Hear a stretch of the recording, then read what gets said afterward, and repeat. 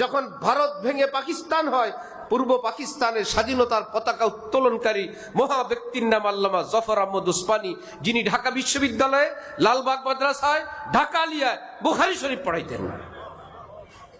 পশ্চিম পাকিস্তানের স্বাধীনতার পতাকা উত্তোলনকারী ব্যক্তি, পৃথিবী বিখ্যাত মুহাদ্দিস আল্লামা শাব্বির আহমদ উসমানী, যিনি এই পুরা পৃথিবীর মধ্যে মুসলিম শরীফের সবচেয়ে বড় ব্যাখ্যা গ্রন্থের অন্যতম ফতহুল মুলহিমের লেখক, যেই কিতাবখানা মদিনা মুনাওয়ারার ইসলামিক লাইব্রেরিতে সুন্দর করে সাজানো আছে, তিনি সেই পাকিস্তানের পতাকা উত্তোলন করলেন।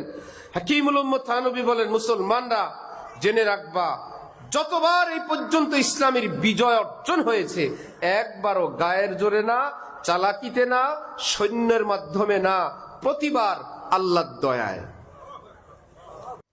আসসালামু আলাইকুম ওয়া রাহমাতুল্লাহি ওয়া বারাকাতুহু। মেহেরবানি করে কেউ ছবি তুলবেন না, ভিডিও করবেন না, প্রকাশ্যেও করবেন না, গোপনেও করবেন না। কেউ চাইলে সাউন্ড রেকর্ড করতে পারবেন। আলহামদুলিল্লাহ আলহামদুলিল্লাহি নাহমাদুহু ওয়া নাস্তাঈনুহু ওয়া নাস্তাগফিরুহু ওয়া নু'মিনু বিহি ওয়া নাতাওয়াক্কালু আলাইহি ওয়া নাউযু বিল্লাহি মিন শুরুরি আনফুসিনা ওয়া মিন সাইয়্যাতি আ'মালিনা। من يهده الله فلا مضل له ومن يضلل فلا هادي له ونشهد أن لا إله إلا الله وحده لا شريك له ونشهد أن سيدنا ومولانا محمدا عبده ورسوله أما بعد فأعوذ بالله من الشيطان الرجيم بسم الله الرحمن الرحيم ولا تهنوا ولا تحزنوا وأنتم الأعلون إن كنتم مؤمنين صدق الله مولانا العظيم وقال رسول الله صلى الله تعالى عليه وسلم لا يزال الناس بخير ما أخذوا العلم عن أكابرهم فإذا أخذوه عن أصاغرهم وشرارهم هلكوا وقال رسول الله صلى الله تعالى عليه وسلم لا إيمان لمن لا أمانة له ولا دين لمن لا عهد له أو كما قال رسول الله صلى الله تعالى عليه وسلم। মুআজ্জাজ হাজিরিন, আমি আল্লাহ পাক রব্বুল আলামিনের পবিত্র কালামের অংশ বিশেষ তেলাওয়াত করলাম এবং হযরত রাসূল করিম সাল্লাল্লাহু আলাইহি ওয়াসাল্লামের দুইখানা হাদিস শরীফ পাঠ করলাম। আল্লাহ পাক কোরআন শরীফ এবং হাদিস শরীফের পরিপূর্ণ হেদায়েত আমাদের সকলকে দান করেন। কোরআন পাক এবং হাদিস পাকের নূরে আমাদের জীবনকে, জীবনের প্রতিটি বিষয়কে সুন্দর করার, আলোকিত করার তৌফিক দান করেন। জামিয়া ইসলামিয়া লালমাটিয়া মাদ্রাসার আজকের এই মাহফিলকে আল্লাহ পাক আমাদের সকলের হেদায়েত এবং নাজাতের উসিলা হিসেবে কবুল ফরমান। এতক্ষণ পর্যন্ত বাংলাদেশের একজন বিখ্যাত ওয়ায়েজ, বিখ্যাত দ্বীনি আলোচক, জামিয়া কুরআনিয়া লালবাগ মাদ্রাসার সম্মানিত মুহাদ্দিস হযরতুল আল্লাম হযরত মাওলানা সাখাত হুসাইন রাজি সাহেব আলোচনা পেশ করেছেন। আল্লাহ পাক হযরতের হায়াতে সুস্থতার সাথে, আফিয়তের সাথে অনেক বেশি বরকত দান করেন। হযরতের আলোচনা থেকে আমরা ছোট্ট ছোট্ট কয়েকটি কথা যদি নেই, আমাদের দেশের জন্য, আমাদের ইসলামের জন্য, আমাদের হযরতের বয়ানের গুরুত্ব এবং বয়ানকে গ্রহণ করার যেই দৃশ্য ছিল, তিনি যদি আজকেই আহ্বান করতেন যে এখান থেকে আমাদের রাষ্ট্রের জন্য কিংবা ইসলামের জন্য কিছু মুজাহিদিন দরকার, তাহলে অনেক ভাইরাই এমন ছিলেন নগদ নগদ তারা নাম দিয়ে দিতেন। ছিলেন কি না? খুবই খুশির কথা, খুবই ভালো কথা। আমাদের জন্য বড় সুসংবাদ। কিন্তু আমার ভাই, সেনাবাহিনী আমাদের দেশে যারা আছেন, যে কেউ নিজের ঘর থেকেই কি সেনাবাহিনীতে যোগ দিতে পারেন? ইচ্ছা তো জাগে, জজবা তো হয়, আমি দেশের জন্য যুদ্ধ করি। যে যার যা বাড়ি থেকে, ঘর থেকে গিয়েই যাবেন, আমি বাংলাদেশ সেনাবাহিনীতে, নৌবাহিনীতে, বিজিবিতে আমি ভর্তি হইতে চাই, তাকে নিবে? কিছু পরীক্ষা নিরীক্ষা আছে না? তার কিছু শারীরিক, কিছু পড়াশোনা, কিছু উচ্চতা, কিছু ওজন, কিছু মেডিকেল, অনেক কিছু টেস্টের পরে তিনি একজন সেনাবাহিনীর সম্মানিত সৈনিক হবেন। একজন ল্যাংড়া নাই, একজন অন্ধ নাই, একজন অ্যাবনর্মাল নাই, একজন বোবা নাই, একজন কানে শুনে না বধির সেনাবাহিনীতে নাই। কারণ যেই কাজের জন্য সেই কাজের উপযোগী হওয়া জরুরি। আল্লাহু আকবার। একটি বিল্ডিং সুন্দর হয় কিসের দ্বারা? ইটা, বালু, রড, সিমেন্ট, মিস্ত্রি, কারিগর, সবটা যখন ভালো হয়, বলা হয় এই ইমারতটা, এই ভবনটা অনেক সুন্দর, অনেক ভালো। কিন্তু আপনার আমার বিল্ডিং সুন্দর করার শক্ত আছে, ইটা 3 নাম্বার, রড জং ধরা, বালু লবণাক্ত, সিমেন্ট মেয়াদ উত্তীর্ণ, মিস্ত্রি গ্রাম দেশের অযোগ্য, এই সবগুলো দিয়ে কি সুন্দর একটা ভবন নির্মাণ সম্ভব? একটা রাষ্ট্র তো একটা মানচিত্রের নাম, কিছু জায়গা জমির নাম। দুর্নীতি কি জায়গা জমিতে করে না মানুষে করে? চুরি কি জমিনে করে না মানুষ করে? চুরি, ছিনতাই, ডাকাতি, সুদ, ঘুষ, ধর্ষণ, হারাম সম্পর্ক, পরকিয়া, এগুলো কি কোনো দেশের মানচিত্র করে না মানুষ করে? যেই দেশের মানুষ খারাপ, বলা হয় ওই দেশটা খারাপ। কারণ যাদেরকে দিয়ে এই দেশটা, যেই টেবিলেই যাবেন, যার কাছেই যাবেন, যেই ঘরেই যাবেন, যেই ফ্যামিলিতে যাবেন, সেই ফ্যামিলি মনে করে সবাই ভালো হোক, আমরা এক ফ্যামিলি, খারাপ থাকলে অসুবিধা কি? এবং সবাইকে বলেন দেশটা কেমন চান, ভালো চাই, সেই লোক তাহাজ্জুদ নামাজও পড়ে, ওয়াসার পানি চুরি করে, চোরাই পানি দিয়ে উজু করে তাহাজ্জুদ পড়ে, চোরা পানি দিয়ে উজু করে তাহাজ্জুদ পড়ে। কেমন বোকার বোকা! ইশকে বুতা মে আসাদ করতে হো ফিক্রে রাহত, দুজখ মে ঢুঁড়তে হো জান্নাত কি খাবগাহে। কেউ যদি জাহান্নামে প্রবেশ করার পর জিজ্ঞেস করে, সরি ভাইরা প্লিজ, হুর কোন পাশে, গিলমান কোন পাশে, দুধের নহরটা কোন পাশে প্লিজ, মধুর নহর শুনছিলাম সেটা কোন পাশে, তাকে কি বলা হবে? তুমি জাহান্নামে আছো, জাহান্নামে। হুর, গিলমান, দুধ, মধুর নহর, এগুলো জান্নাতের গল্প। মাথা থেকে পা পর্যন্ত আল্লাহ পাকের নাফরমানি, আয় নাফরমানির, ব্যয় নাফরমানির, ব্যক্তি নাফরমান, ফ্যামিলি নাফরমান, গ্রাম পাড়া নাফরমান, রাষ্ট্র চাই সুন্দর। ওয়াহ, ফাইন তো খবরটা। রাষ্ট্র চাই ইসলামী রাষ্ট্র, আমি ইসলামী না, ইসলামী রাষ্ট্র। আমিও ইসলামী রাষ্ট্র চাই, আপনি ইসলামী, আমি ইসলামী হতে পারি না, ইসলামী রাষ্ট্র চাই। আমি একটু সামান্য একটু, কোন আঙ্কেল মসজিদে নামাজ পড়ে, ইমাম সাহেব বললেন এত ইবাদত করেন, ভালো কথা, খাবার দাবার কোত্থেকে আসে? বললেন আল্লাহ খাওয়ায়। আল্লাহ তো খাওয়ান, একটা ব্যবস্থা তো থাকা চাই।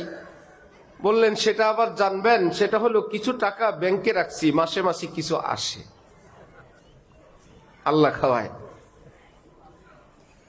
ইমাম সাহেব বললেন এটা তো হারাম, এই রুজি তো হারাম। বললেন এগুলো জানি, আমাদেরকে শেখানো লাগবে না। তো আপনি হারাম রুজি খেয়ে ইবাদত করেন, তাহাজ্জুদ পড়েন। আরে হুজুর আপনি বেশি বুঝেন।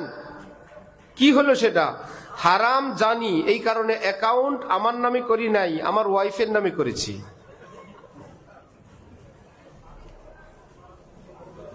ফেরেশতা গুনাহ লিখবে কার নামে? স্ত্রীর নামে না স্বামীর নামে?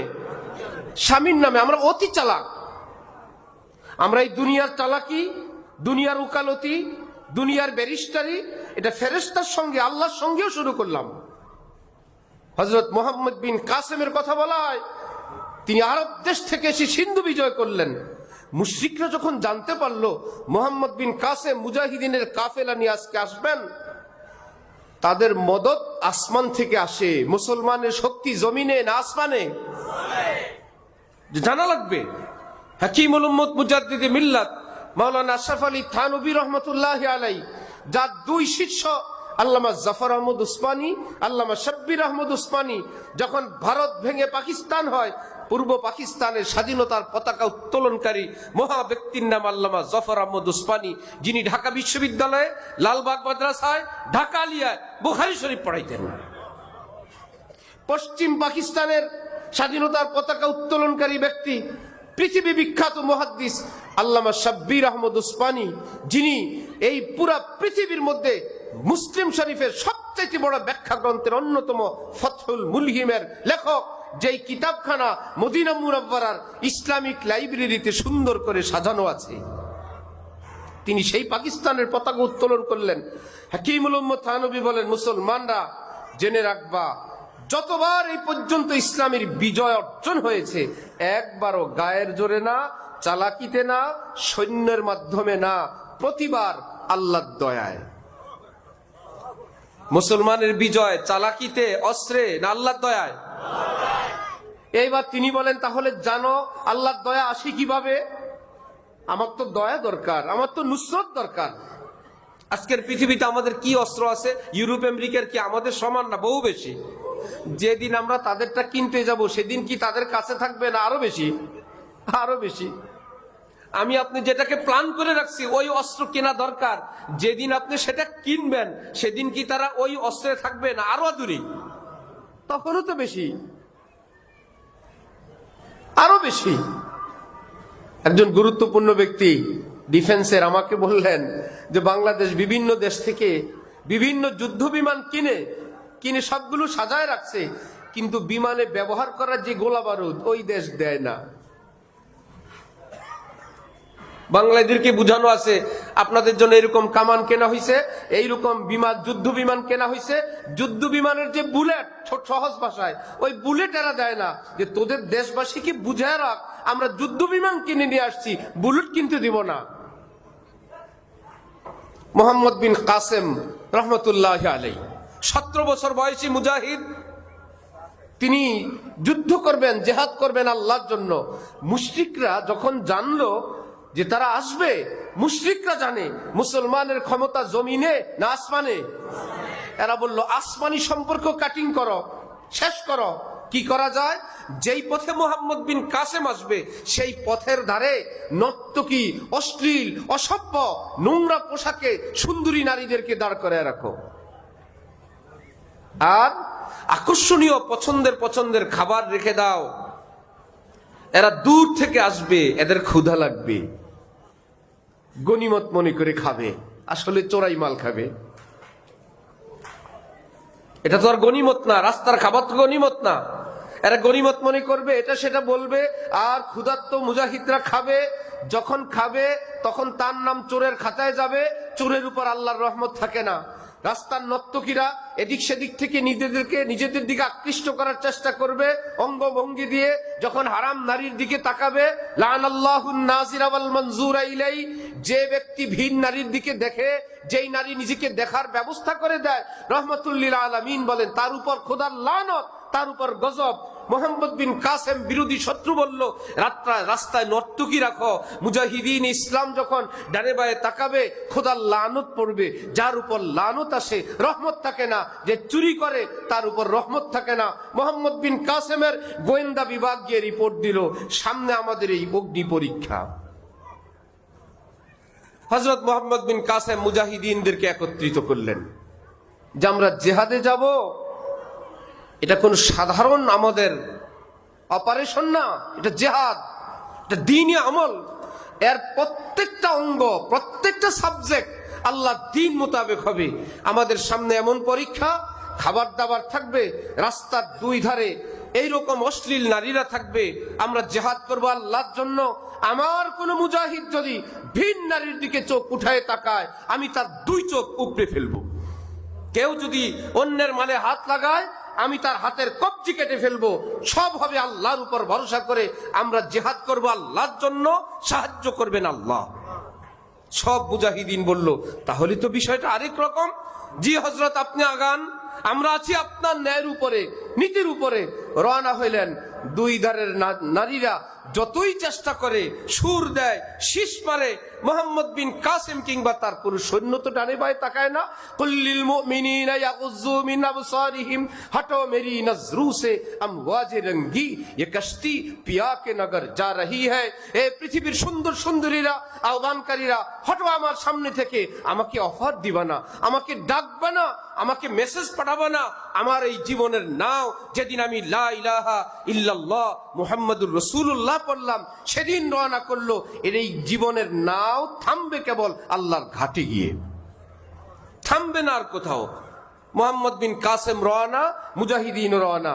নারীরা ডানে বায়ে যতই চেষ্টা করে, হযরত ওয়ালা করাচি আমাদের দাদা পীর তিনি বলেন, ইউরোপে আমার মুরিদরা বলল, হযরত নারীরা আমাদেরকে গুনার জন্য ডাকে। হযরত বলেন, আমি তাদেরকে উর্দু আর ইংরেজি আরবি সবটা মিলে একটা কথা শিখে আসছি, উসনে কাহা কাম হিয়ার। হযরত বলেন, হযরত ওয়ালা করাচির ভাষা। সে নারীরা বলল, ভাইয়া আসো। মাইনে কাহা নো প্লিজ, না তো আসা যাবে না। উসনে কাহা কিয়া ওয়াজা, আমার মতন সুন্দরী রমণী যদি তোমাকে এইরকম প্রেম ভালোবাসার নষ্টামির অফার দেয়, তুমি আসবা না কেন? উসনে কাহা কিয়া ওয়াজা। হযরত বলেন, আমি আমার মুরিদদেরকে বলে আসছি, তুমি বলে দাও উসনে কাহা কিয়া ওয়াজা, মাইনে কাহা খৌফে খোদা। হে নারী, তোমার আহ্বানে সাড়া দিতে আমারও শক্তি, দেহ, জীবন যৌবন আছে, আমারও মনের একটা চাহিদা আছে। কিন্তু আমি তো জানি, जो करता है तू छुपके अहले जहां से, कोई देखता है तुझे आसमां से। আমার মহান আল্লাহ, তিনি তো আমাকে দেখেন। এই চোখের আলো দেনেওয়ালা তো আমার আল্লাহ, এই দেহে রক্ত প্রবাহিত করনেওয়ালা তো আমার আল্লাহ। আমি তাকে অসন্তুষ্ট করে একজন হারাম নারীর আহ্বানে সাড়া দিব? মোহাম্মদ বিন কাসেমের বাহিনী না নারীর ডাকে সাড়া দেয়, না কারো কোনো খাদ্যদ্রব্যে হাত লাগায়। এবার কাফের মুশরিকদের বাহিনী দৌড়ে গিয়া লিডারদেরকে বলল, এই কোন কাফেলা আসতেছে, একজন নারীর দিকেও তাকায় না, কোনো খাদ্য খাবারেও হাত লাগায় না।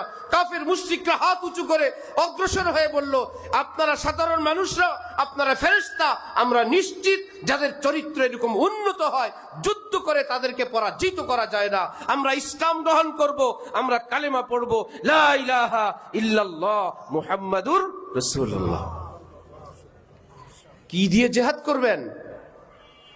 ওই চোরাই পানি দিয়ে উজু করে জিহাদে যাবেন?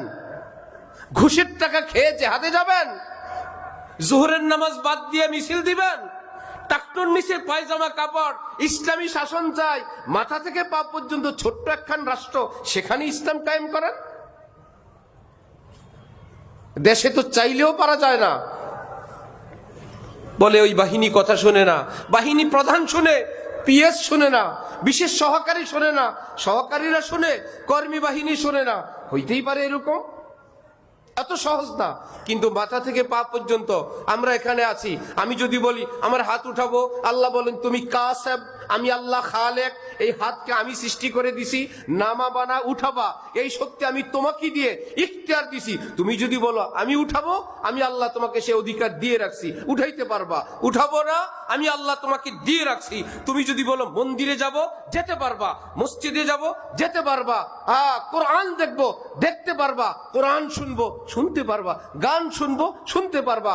মুমিনের হাত পা এমন না শুধু মসজিদে যায়, মন্দিরে যায় না, শুধু পিতামাতা বোন খালা দেখে, বিন্নারি দেখে না, এইরকম না। ইচ্ছা, যে যা ইচ্ছা তাই, কারণ এটা দুনিয়া। পরীক্ষার হলে মাস্টার সাহেবরা যা পড়ানোর পড়ায়, হলে গিয়া দেখে ভালো ছাত্ররা তো লেখে, দুষ্টটা যে কি লেখে আবল তাবল, মুচকে মুচকে হাসে, কিন্তু হল থেকে বের করে দেয়। জানে যা লেখে সবই ভুল।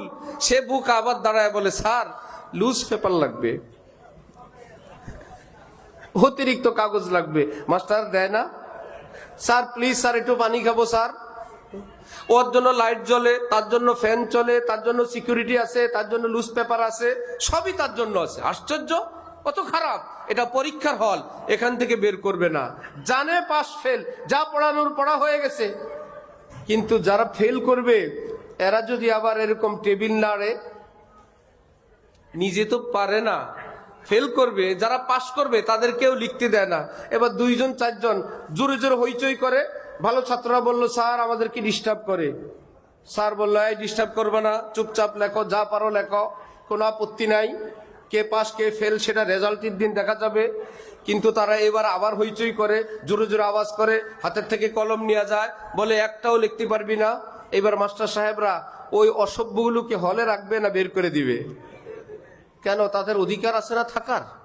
বলবেন যতক্ষণ ছিল তুমি তোমার হাতেই তোমার অধিকার শেষ করেছ, এখন তোমাকে বের করে দিয়ে শান্ত শিষ্ট স্বাভাবিক পরীক্ষার্থীদেরকে পরীক্ষার ব্যবস্থা করা, এটা ইন্তেজামিয়া কমিটির দায়িত্ব। যারা দায়িত্বে আছেন তাদের দায়িত্ব। এই পৃথিবী কেউ কাফের, কেউ ইহুদি, কেউ খ্রিস্টান, কে যা ইচ্ছা তাই থাকার অধিকার আছে। তুমি তোমার ধর্ম পালন করো, কিন্তু আমার দাড়ি নিয়ে কটূক্তি করার পারমিশন তোমাকে দেওয়া হয় নাই। তুমি যা পড়ার পরো, বোরকা সম্পর্কে কটূক্তি করার অধিকার তোমার নাই। যারা এরকম করে, ইসলামের উপর আক্রমণ করে, তাদের জন্য রব্বুল আলামিনের ব্যবস্থা বুঝাও। বন্ধু তুমি মুসলিম কাফের হিন্দু বৌদ্ধ থাকো, আমাকে আমার সেজদা করতে দাও। তুমি তোমার নেতার অনুসরণ করো, তোমার নেতা লেনিন কালমার্কস সব করো। তুমি কি বলতে পারো আমার নেতা নির্দোষ, নিষ্পাপ, মাসুম? আমি তো বলতে পারি আমার নেতা হযরতে মুহাম্মদুর রাসূলুল্লাহ সাল্লাল্লাহু আলাইহি ওয়াসাল্লাম তিনি নির্দোষ, তিনি নিষ্পাপ। ইন্নাকা লাআলা খুলুকিন আযীম, যার উসিলায় আসমান জমিন সৃষ্টি। তুমিও কারো চিন্তা চেতনা লালন করো। আমিও কারো চিন্তা চেতনা লালন করি। তুমি তোমারটা পারবা, আমি আমারটা পারবো না। তুমি বিবস্ত্র ঘুরতে পারবা, আমি বস্ত্র নিয়ে ঘুরতে পারবো না। তুমি বেনামাজি থাকতে পারবা, আমি নামাজ থাকতে পারবো না। বিকট আওয়াজে গান শব্দ সেটা চলতে পারবে, মাইকের আওয়াজে ওয়াজ চলতে পারবে না। তাহলে যারা এই রকম অসভ্য, তাদের জন্য কি ওই হলে থাকার ব্যবস্থা না বাইর করার ব্যবস্থা? সেটার নাম জেহাদ।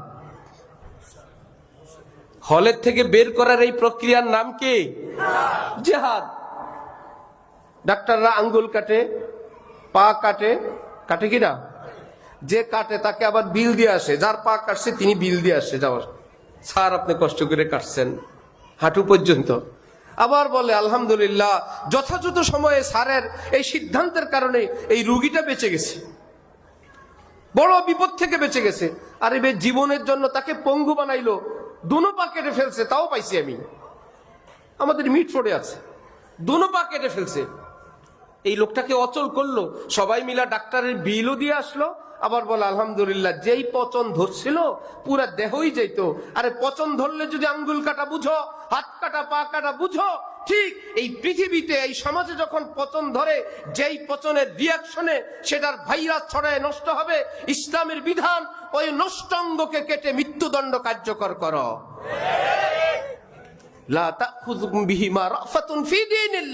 আল্লাহ পাক বলেন, ওই আসামির জন্য যেন তোমাদের অন্তরে মায়া না জাগে। একটা খুনি, এক ভোটার, তার কাছে আসছে প্রার্থী সাহেব, বলল আপনি আমাকে ভোট দিয়েন। ভোটার বেচারা বলে, আমি তো একজনকে ওয়াদা দিয়ে ফেলছি, ওনাকে ভোট দিব। প্রার্থী এখন বুঝায়, দেখেন ভোটের সময় ওয়াদা খেলাপ করলে কোনো অসুবিধা হয় না। প্রার্থী যারা হয় তারা আবার মুফতি সাহেব হয়, ওনাকে খুব সুন্দর করে বুঝায়, ভোটের সময় যদি এরকম ওয়াদা খেলাপ করেন, আপনি অন্যজনের সঙ্গে ওয়াদা করেই ফেলছেন, এখন যদি সেটা ভেঙে আপনি আমার সঙ্গে ওয়াদা করেন, ওয়াদা খেলাপ করলে ভোটের সময় কোনো অসুবিধা? ভোটার বলল ঠিক আছে, তাহলে আপনাকেও ওয়াদা দিলাম। আপনিই তো বলছেন ওয়াদা খেলাপ করলে কোনো অসুবিধা হয় না, তা আপনারটাও খেলাপ করবো, আপনি তো রাস্তা বের করে দিয়ে গেছেন। অপরাধী যখন বেঁচে যায় তখন সে খোঁজ করে অন্য অপরাধীরা কোন আইনজীবী, কোন আইনের ফাঁকে আপনি বাঁচলেন, যত লক্ষ্য লাগুক আমিও খুন করব, ওই আইনজীবী আমি ধরবো। এক সাহাবীর নিকট এক ব্যক্তি এসে জিজ্ঞেস করলেন, মানুষ হত্যা করলে কি কোনো তওবার ব্যবস্থা আছে? ওই সাহাবী বললেন, না, কোনো ব্যবস্থা নাই। মাইকের আওয়াজটা এমন করো ভাই, আর একটু জান দাও। যেই হুজুরের জান বেশি ওটা দুর্বল দিলে হবে, যে হুজুরের জান হালকা ওটা তো মাইক দিবে বেশি। সাহাবী বললেন, না, তওবার কোনো ব্যবস্থা নেই। বেশ কিছুদিন পরে আবার আরেক ব্যক্তি এসে ওই সাহাবীর নিকট জিজ্ঞেস করলেন, হুজুর বলেন তো, মানুষ যদি খুন করে তওবার কোনো ব্যবস্থা আছে? তিনি বললেন, আছে না, অবশ্যই আছে। ফতোয়া কি একরকম না দুই রকম? অনেকে মনে করে হুজুররা যে কত ফেরকা ফোরকা জানে। এক আলিমের নিকট একজনের স্বপ্নে দেখছেন, হুজুর আমি স্বপ্নে দেখি আমার খাটের নিচে আগুন জ্বলে। বললেন, শুকরিয়া আদায় করো। বেশ কিছুদিন পর আরেকজন এসে বলে, হুজুর হুজুর আমিও দেখি আমার খাটের তলে আগুন জ্বলে। বললেন, তওবা করো। উপস্থিত সবাই বলে, একই স্বপ্ন, ব্যাখ্যা দুই রকম। বলল, প্রথম জন স্বপ্নে দেখছিল পৌষ মাসে, দেখছিল তার খাটের নিচে আগুন জ্বলে। এটা রুম হিটারের আলামত, আল্লাহর রহমত। শীতের সময় যদি ঘরটা লাগে, কাঁথা কম্বল যদি রোদে দেওয়া থাকে, যেই বিছানায় শোবো সেটা যদি গরম থাকে, কষ্ট লাগে না ভালো লাগে? চৈত্র মাসে যদি একটু গরম লাগে, মাশাআল্লাহ এমনিতেই গরম, রুমের নিচে আবার রুম হিটার, এটা রহমত না গজব? পরেরটা দেখছে চৈত্র মাসে, স্বপ্ন একটাই, মৌসুম ভিন্ন, ব্যাখ্যা ভিন্ন। সাহাবীকে জিজ্ঞেস করা হলো, হুজুর ফতোয়া একটাই, খুন করলে তওবা আছে কিনা? আপনি বললেন নাই, আপনি আবার পরে বললেন আছে, ব্যাপার কি? সাহাবী বললেন, আরে বোকা, প্রথম জন একজনকে হত্যা করবে, সে শুধু জানার জন্য আসছে, খুন তো করবো, পরে কি হবে? আমার কি হবে? আগে একটু জেনে নেই আমার মুক্তির কোনো ব্যবস্থা আছে কিনা, তওবার ব্যবস্থা আছে কিনা। যদি থাকে ওকে মারবো, তওবা করব। এই জন্য তাকে নিষেধ করে দিছি, নাই, তওবার ব্যবস্থা নাই। সে যখন এই কথা শুনলো, এখন ভাবছে, আল্লাহ আরেকজনকে রাগে গুসায় খুন করব, তা আমার যেহেতু তওবা না থাকে, তা আমি তো জাহান্নামে যাব। থাক, রাগ গুসা হজম করি, তারে মাফ করে দিই। ভালো হুজুর, দ্বিতীয় জন কি হলো? যা ঘটানোর ঘটায় আসছে, সে তো খুন করেই ফেলছে। এখন সে জানতে আসছে আমার জন্য তওবার ব্যবস্থা আছে কি না। মা ইউসলাহু আহলে জামি আপনি খাতা সে তাকদীর বদল জাতি হে মুস্তারকি দুআ সে।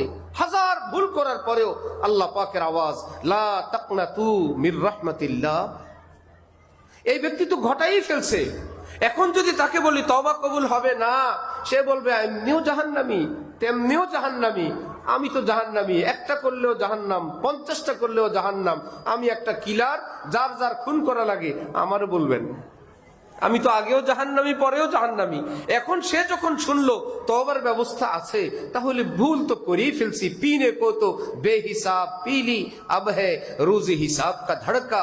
যা করার করেই ফেললাম, এখন তো হিসাবের পালা, তাহলে কান্নাকাটি করি। আমাদের যাত্রাবাড়ি অঞ্চলে দাওয়াত তাবলীগের সাথীর একজনকে নিয়ে গেছে। এখন এসে বলে, হুজুর রাতে শুধু কান্দে, আর আমাদেরকে বলে, আল্লাহ কি আমারে মাফ করবে? আমি কত মানুষ খুন করছি, আমারে কি আল্লাহ মাফ করবে? আল্লাহ কি বলে, তার চোখের পানি দেখলে আমাদের কান্না আসে। সেই লোকের ছেলে মাদ্রাসায় দিছে, এখন সেই ছেলে হাফেজে কোরআন হয়ে গেছে। আল্লাহর ব্যাপার। এখন তাকে যদি বলি তওবা কবুল হবে, সে কানবে, আল্লাহ পাকের কাছে চাইবে, ক্ষমা চাইবে। যার জন্য দুটোটা ব্যালেন্সে আনার জন্য দুই রকমের ফতোয়া। আপনার বাড়ির কাজ চলমান, আপনার বাচ্চাদেরকে বললেন ছাদে কেউ যাবে না, যে যাবে তাকে বেত, ছাদ খোলা চতুর্দিকে। এর মধ্যে আপনার 4 বছরের ছেলেটা চলে গেছে উপরে, খুঁজতে গিয়ে দেখলেন, জানলেন সে ছাদে, এইবার কি বেত নিয়ে যাবেন? কেন বেত নিয়ে যাবেন না? যেমন কথা পাঠান এক বাত বলতে হয়, বেত নিয়ে যান সেখানে। এখন বুদ্ধিমান বাবা বলছিল তো গেলে বেদ, কিন্তু চলেই গেছে। এখন বুদ্ধিমান বাবা সিঁড়ি কোঠা থেকে ডাকে, আব্দুর রহমান তুমি বাবাকে খুঁজো, বাবাকে খোঁজার জন্য তোমার দাদা ভাইয়াকে খুঁজতে আসছো, পাখি দেখতে আসছো, কবুতর ধরতে আসছো, এই তো তোমার বাবা এখানে, তোমার জন্য চকলেট নিয়ে আসছি। এমন কোন আওয়াজ বাচ্চা মনে করবে আমি যে ভুল করলাম, সে তার কোনো তেজ, কোনো এরকম কোনো মারাত্মক কোনো প্রতিক্রিয়া দেখছি না, মনে হয় আমারে মাফ করে দিবে। বাবা আস্তে আস্তে বলে এই তো তোমার জন্য চকলেট নিয়ে আসছি। আরে তোমার দাদা ভাইয়া তো বাসায়, তুমি এখানে কেন আসছো? উদ্দেশ্য ভুল যতটুকুন করলো, ঝাঁপ দিলি তো সব শেষ। এবার ঘাপত করে হাতে ধরে এইবার ঘরে নিয়ে আসে। কেন তোমার আগের কথা পরের কথা দুই রকম কেন? বললো আগে বলছিলাম ভুল যেন না করে, এখন বলছি ভুল যেহেতু করেই ফেলছে তার মুক্তির ব্যবস্থা। এই দুইটা যেই বেটা বুঝে না সেই বলে আলেমদের কথা দুই রকম। আপনি বলছেন 10 বেত, ছাদে উঠে 10 বেত লাগান, আরে বেত দিতে গেলে তো চাপ দিবে, মরবে। বাবা তার ছেলের উপর ক্ষিপ্ত, অসন্তুষ্ট, এতটা একদম হাতে ছিল বটি বা দা, দিল দৌড়, আজকে তোকে 2 টুকরা করব। হয় কোনো বোকা বাপ এখন দৌড়ায়, ছেলের সঙ্গে তো পারে না, ছেলে তো চম্পট। এলাকার ছেলেরা দেখলো হাজী সাহেব মানুষ, মুরব্বী মানুষ, দা হাতি নিয়ে বলছে এই ছেলে আমি রাখবো না, তাকে আজকে 2 টুকরা করেই ছাড়বো। এই বলে তিনি কিছুক্ষণ ধাওয়াও দিছে, ছেলেটাকে ধরতে পারে নাই। মহল্লার ছেলেরা সবাই ঘেরাও দিয়ে ধরে ওই ছেলেকে 2 টুকরা করে বাবার কাছে এসে সংবাদ দিছে আপনি চেষ্টা করছিলেন, আমরা কামিয়াব। বাবা কি পুরস্কার দিবেন? কেন ভাই, আপনি কি মিথ্যা কথা বলছেন? আঙ্কেল আপনি বলছেন না আপনি তাকে 2 টুকরা করবেন, আপনি দা নিয়ে দৌড়াইছেন না? হ্যাঁ, সুতরাং আপনি পারেন নাই, আপনার কাজটা আমরা সহযোগিতা করলাম। বাবা বলবে আমি বলছিলাম আমারটা আমি বুঝি, আমি কি কাছে পাইলে খুব দিতাম? আমার যদি এতই থাকতো আমি তো দাটা নিক্ষেপও করতে পারতাম। এটা তো তাকে ভয় দেখানোর জন্য। बाज आ हर आंचे हस्ती बाज आ गर काफिरो गब्र बुत परस्ती बाज आ ई दरगाहे माँ दरगाहे ना उम्मीदी नीस सद बारागा तौबा शिकस्ती बाज आ कुराने पाके হাদিসে পাকে শক্ত শক্ত অনেক কথা আছে। এটা করলে এটা হবে, জাহান্নামে দিব, একদম এটা কাফের, এটা মুশরিক। রব্বুল আলামিন বলেন তোদের সৃষ্টির আগে আমার রহমত আমার গুসা এই দুইটার প্রতিযোগিতা হলে আমার রাগ গুসাকে পিছনে রেখে আমার রহমত আগে চলে গেছে। তাহলে শেষ কথা কি রাগের কথা না মায়ার কথা? বাবা যেরকম দৌড়ায় এটা শাসনের জন্য, ভয়ের জন্য, কোপ দেওয়ার জন্য না। রব্বুল আলামিন বলেন আমিও রাগ গুসায় কত কথা বলছি, আদমকে বলছি আসা আদম রব্বাহু ফাগাওয়া, আদম আমার কথা শুনলো না, এসা তেসা করলো। এগুলো হলো তরবিয়তের সিস্টেম। শেষের দিকে এসে আল্লাহ বলেন ফানাসিয়া আদম ওয়ালাম নাজিদ লাহু আজমা, আমার আদম ভুলে গেছিল। আমার আদম একদম ইচ্ছা করে নাই, আমার আদমের কবিরাও হয় নাই, সগীরাও হয় নাই। আল্লাহ আপনি এগুলো যে বললেন বনি আদমকে শেখানোর জন্য বলছি। জন্য ইসলামের যখন কেউ কিছু বুঝে তখন মুশকিল হয়ে যায়। আমি আমাদের ছাত্রদেরকে বলি, আপনাদেরকেও বলি, এক ছেলে দেখে তার আঙ্কেল প্রতিদিন সকাল 9টার দিকে ফ্রেশ হয়ে গোসল করে, খুব স্যুট পরে, শু পরে, জুতা পরে, তারপরে বাসার সামনে যায়, স্প্রে লাগায়। একটা গাড়ি আসে, আগে পরে আসে, ড্রাইভার সাহেব গেট খুলে দেয়, আঙ্কেল গিয়ে বসেন, আঙ্কেল চলে যায়। এখন এই ছোট্ট ভাতিজারও বড় শখ হয়েছে আমিও এইরকম গাড়িতে চড়বো। কি করে এখন? সে এরকম গোসল করে, স্যুট পরে, স্প্রে লাগায়, জুতা শু পরে, পরে গিয়া রাস্তায় দাঁড়ায় থাকে। সবাই দেখে সে প্রতিদিনই সেভাবে দাঁড়ায় থাকে। কি ব্যাপার? বললো যে আমার আঙ্কেলের জন্য গাড়ি আসে, আমার জন্য আসে না কেন? আঙ্কেল যেমন আমিও তো তেমন। আঙ্কেল যা পরে আমিও তাই পরি। আঙ্কেল গোসল করে, পারফিউম দেয়। সবাই বলল এই শুটের কারণে গাড়ি আসে না, ওই পারফিউমে গাড়ি আসে না, জুতায় আর গোসলে গাড়ি আসে না। তোমার আঙ্কেল কষ্ট করে পড়াশোনা করছেন, বড় এক জায়গায় চাকরি করেন, গাড়িটা সেখান থেকে আসে। জামা জুব্বা দেখে গাড়ি আসে না। আমরা আজকে যেরকম জামা জুব্বাতে দাঁড়ায় আছি, আল্লাহর রহমত আমাদেরকে দেখবে হুজুরের মতো দেখা যায়, রহমত পাঠায় দাও। এত হুজুর ওয়াজ করে, অনেক বড় আমির সাহেব, हजरत साहब आजी साहब रहमत पठाया दाओ, जो करता है तू छुप के अहले जहां से, कोई देखता है तुझे आसमां से। ওই শুটের বাইরে যেরকম আরেকটা বড় সরকারের সঙ্গে অফিসের সঙ্গে তার একটা কানেকশন আছে, যোগ্যতার বিনিময় আছে, ঠিক আমার আপনার উপরের বেশভূষার বাইরে আমার আপনার অন্তরাত্মা এবং রুহানি ভাবে আল্লাহর সঙ্গে একটা সম্পর্কেরও ব্যাপার আছে। শুধু জুব্বা জামা পরে ডিজাইন ধরে থাকলে হবে না। জালালউদ্দিন রুমি মস্তবি শরীফে বলেন, ইকে মি বিনি খেলাফে আদমান নিস্তান্দা দম গেলাফে আদমান। যাকে দেখো বাবা আদমের চরিত্রের মধ্যে নাই। বাবা আদম চললে রব্বানা জালামনা আনফুসানা, আল্লাহ আমি তো ভুল করছি। অনেকে ভুল স্বীকার করে না, চিন্তা করে আমি যদি স্বীকার করি ফেরেশতারা যদি লিখে ফেললো। আল্লাহ স্বীকার করছে, কি বলেন আল্লাহর নিয়ম কি? যে বলে আমি গুনাহগার, ফেরেশতারা কি বলে আল্লাহ স্বীকার করছে, আর টেনশন নাই, জাহান্নামে পাঠায় দেন। আল্লাহ আমার চাইতে বড় পাপী এই পৃথিবীতে নাই, ফেরেশতারা বলবে আল্লাহর হিসাব নিকাশের দরকার নাই। এই লোক নিজ মুখে বলছে, একবার না বহুবার, আল্লাহ আমি জালেম, আমি অনেক বড় দুষ্ট। আর যেই লোক বলে আমার চেয়ে ভালো আর কেউ নাই, আল্লাহ আমি ভালো, আমি বাংলাদেশ বেহেশতি পার্টির সর্দার, ওই লোককে বেহেশতে পাঠিয়ে দিব। আল্লাহর ওখানে সিস্টেম ভিন্ন। বলে জলামনা আনফুসানা, আমি জালেম, আমি খারাপ, আল্লাহ বলে লেখো ভালো, এই ব্যক্তি ভালো। আর যে বলে আমি ভালো, আমার মতো ভালো কেউ নাই, আমার মতো যোগ্য কেউ নাই, আমার মতন এলাকার এমপি হওয়ার যোগ্য কেউ নাই, আল্লাহ পাক বলে লেখো ওর চাইতে খারাপ আর কেউ নেই। কি সিস্টেম? আমার আব্বা এই এলাকা জায়গা দিছেন, আমার আব্বা আমার দাদা মুতাওয়াল্লি ছিলেন, আমার বড় আব্বা পায়ে হেঁটে হজ করছেন, উনি পড়ে না নামাজ। বড় আব্বার খবর নির্বাচনে গিয়া বলে বড় আব্বা পায়ে হেঁটে হজ করছিল, ওনার দাদা মসজিদের জায়গা দিছিল, উনি পড়ে না নামাজ। মাথা থেকে পা পর্যন্ত আল্লাহ দ্বীনের ব্যাপারে দুর্নীতিগ্রস্ত।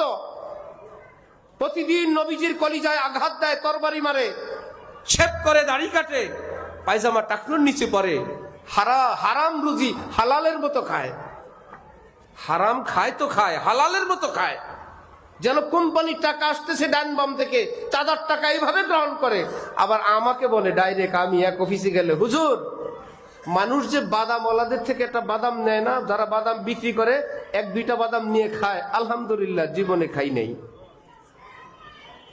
কোন মিডিয়া টিডিয়া নাই। আমরা এক কাজে গেছিলাম, ফেরিওয়ালা বাদামওয়ালাদের থেকে নিয়ে বাদাম খায়, সে একটা বাদামও জীবনে খাই নাই হুজুর, এত বড় ফেরেশতা। আমি ভাবলাম এত চাঁদার টাকা নেয় আবার বলে খায় না। শেষে আমি খুঁজে বের করছি, কারণ এরা মনে করছে হারাম খাওয়া, সুদ খাওয়া, ঘুষ খাওয়া মানে ওইটা দিয়ে, ওই টাকা দিয়ে কিনে কিছু খাওয়ার নাম খাওয়া।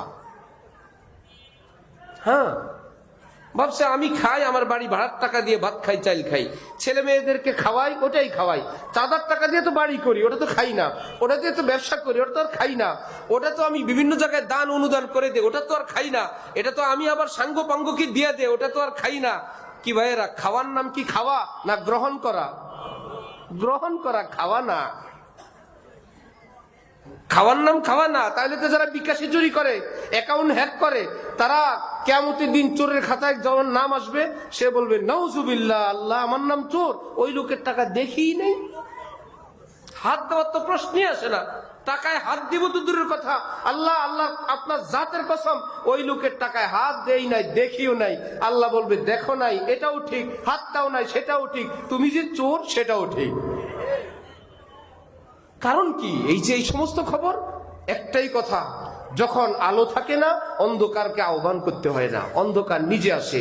দিন থেকে, দিনই চর্চা থেকে আমরা আমাদের সমাজ, আমাদের কালচার, আমাদের সোসাইটি, আমাদের পরিবার, আমাদের আপনজন প্রিয়জনকে আমরা দূরে রাখছি। তাদেরকে এলিট বানাবো, তাদেরকে সুশিক্ষিত বানাবো। হাসতে হাসতে বলে দোয়া করবেন, মেয়েটাকে অস্ট্রেলিয়া পাঠিয়ে দিছি। কয়েক ক্লাস পড়ার পর একটা মুসলিম কালচারে তাকে পাহারা দিয়ে রাখা যায় না। সুদ, জিনা, ব্যভিচার, নষ্টামি, যেখানে ফ্রি নষ্টামি, সেই দেশে পাঠায় বলে দোয়া করবেন।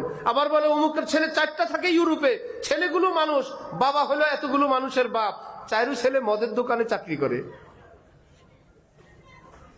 এই জন্য শ্রেষ্ঠ মানুষ হযরতে মুহাম্মদুর রাসূলুল্লাহ সাল্লাল্লাহু আলাইহি ওয়াসাল্লাম মনে প্রাণে ভালোবাসি, তার চরিত্র গ্রহণ করতে হবে, সূরা কেরাত শুদ্ধ করতে হবে, রুচি চুকুন হালাল করতে হবে। না জানে বুলালে পিয়া কিস ঘড়ি তো রহ যায় তখতি খড়ি কি খড়ি। এই আলেম ওলামা, এই মাদ্রাসা যতদিন থাকবে মাহফিলের নামে, দাওয়াত ও তাবলীগের নামে, নসিহতের নামে আমাদেরকে আমাদের ঘুম থেকে জাগাবে। আমরা একটু আল্লাহ বিল্লাহ করবো, একটু তওবা করব। যেদিন এই সূর্য ডুবে যাবে আর মসজিদে আজান হবে না, আর ইকামত হবে না, আর আল্লাহু আকবার ধ্বনি উচ্চারিত হবে না, ধীরে ধীরে ঈমান লু হইতে থাকবে। নবীজি বলেন কিয়ামতের আগে আর অল্প কিছু মানুষ থাকবে, একটা বাতাস পাঠিয়ে আল্লাহ ওই মানুষগুলোর মৃত্যু দিবেন, পৃথিবীটাকে কিয়ামতের উপযুক্ত বানাবেন। কারণ একজনও কালিমাওয়ালা নাই। আসমানকে বলবেন, জমিনকে বলবেন রেডি হও, ইস্তাফিলকে বলবেন মারুফ হোক, আর রেজা রেজা টুকরা টুকরা সব উঠতে থাকবে জাহান্নাম, আর সবকিছু তাদের জন্য প্রস্তুত হয়ে যাবে। আমার ভাইয়েরা, তার আগে আমি আপনি যদি একটু সচেতন হই, আমার পীর ও মুর্শিদ হযরত আলা ঢালকানগর আল্লামা শাহ আব্দুল মতিন বিন হুসাইন সাহেব, বাংলাদেশের আলেম, পৃথিবী বিখ্যাত আলেম আল্লাহওয়ালা, হযরত বলেন আজকে যারা হুজুগের পাগল, একটা কিছু দেখলেই সেদিকে ছুটে, আলেমদেরকে মানে না, নগদ কিছু দেখলেই ছুটে, কিয়ামতের আগে যখন দাজ্জাল আসবে এই লোকগুলো দাজ্জালের গ্রুপে পড়বে। আর আজকে যারা বলে আলেম নাই, নবী নাই, আলেমরা নবীর নায়েব, আমরা বুঝি না নবীর আলেম নায়েবরা যা বলেন সেটাই ঠিক। ভাই ব্লক কি আমরা বুঝি? সুস্থ রোগী চেক করলে বলে 3টা ব্লক, আপনার ডায়াবেটিস এত, আপনার চোখের অবস্থায় ভালো মাটি, সয়েল টেস্ট, পাইলিং করতে হবে, এটা ইঞ্জিনিয়ার সব বলছেন, এটা ডাক্তার বলছেন, আমাদের যুক্তি চিন্তার বাইরেও বলে। আমরা বলবি যিনি বুঝেন তিনি বুঝেই বলছেন। আমি আপনার সেই জ্ঞান নাই, কিন্তু ইসলামের ব্যাপারে আমরা মনে করি জ্ঞান আমাদেরও আছে। হুজুর যেমন বুঝে আমিও তেমন বুঝি। আল্লাহর কসম, ইঞ্জিনিয়ারের পার্ট তাকে করতে দেন, ডাক্তারের পার্ট তাকে করতে দেন, চালকের পার্ট তাকে করতে দেন, পাইলটের পার্ট তাকে করতে দেন, আলেমী দ্বীনের কাজও তাকে করতে দেন। যখন নেতৃত্ব আসবে আলেমদের সঙ্গে, হযরত বলেন যারা বলবে আলেমরাই আমাদের সব, তখন কিয়ামতের আগে হযরত ঈসার সঙ্গে আলেমরা যাবেন, আলেমদের অনুসারীরাও হযরত ঈসার সাথে যাবেন। ওয়া আখিরু দাওয়ানা আনিল হামদুলিল্লাহি রাব্বিল আলামিন।